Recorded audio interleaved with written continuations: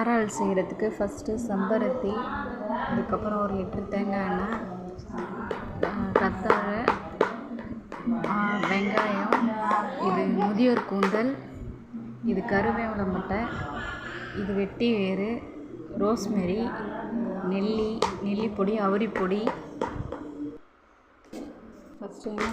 எண்ணெயை தேங்காய் எண்ணெயை நல்லா காய்ச்சிக்கிட்டு வெந்தயத்தை போடணும். அதில் வெந்தயம் நல்லா பொரிஞ்சதும் நம்ம அரைச்சி வச்ச எல்லாத்தையும் எடுத்து போடணும். கொஞ்சமாக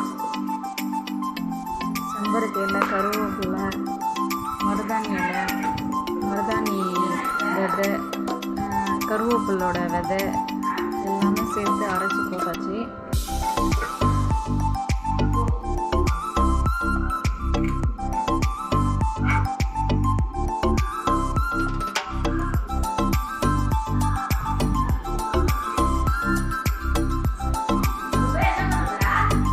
முதியோர் கூந்தல் இது கட் பண்ண முடியாது சிஸ்டரால், சரியாக அரைச்சாலும் அரையாது. அதனால் முழுசாக பச்சையாக அப்படி போட்டுக்கிட்டோம். நம்ம தோட்டத்தில் நிறைய இருக்குது. செம்பருத்தி கொஞ்சம் எக்ஸ்ட்ரா இருந்துச்சு, சரி அதையும் சேர்த்து போட்டாச்சு.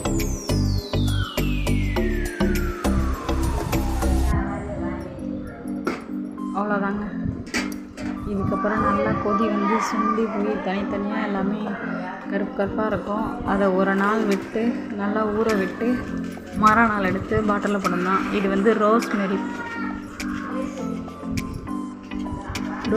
ட்ரை பண்ணி விற்று தான், அதை வாங்கி தான் போடுறோம். ரோஸ்மெரி நம்மள்கிட்ட இல்லை, இலை, அதோட இலை நல்லா வாசனையாக இருக்கும். எண்ணெய் முடி க்ரோத்துக்கும் நல்லது.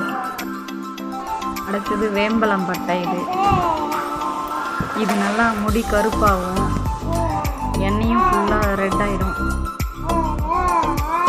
அடுத்தது இது வந்து வேப்பலை, அருகம்புல், அப்புறம் அவுரியிலே 4-5 வெரைட்டி இருக்குது. இது கீழோட படரும் நல்லா அந்த அவுரி, இதுதான் அவுரி, இது கீழோட படர்ந்த அவுரி. அவுரியில் எல்லாமே நமக்கு ஹேர் க்ரோத்துக்கு, பிளாக் ஆகிறது எல்லாத்துக்குமே அதோட தன்மை இருக்குது. நீலவுரி, அவுரி இது எல்லாமே பொடி போட்டால் கருடுன்னு லாஸ்ட்டாக இறக்கும் போது போடணும்.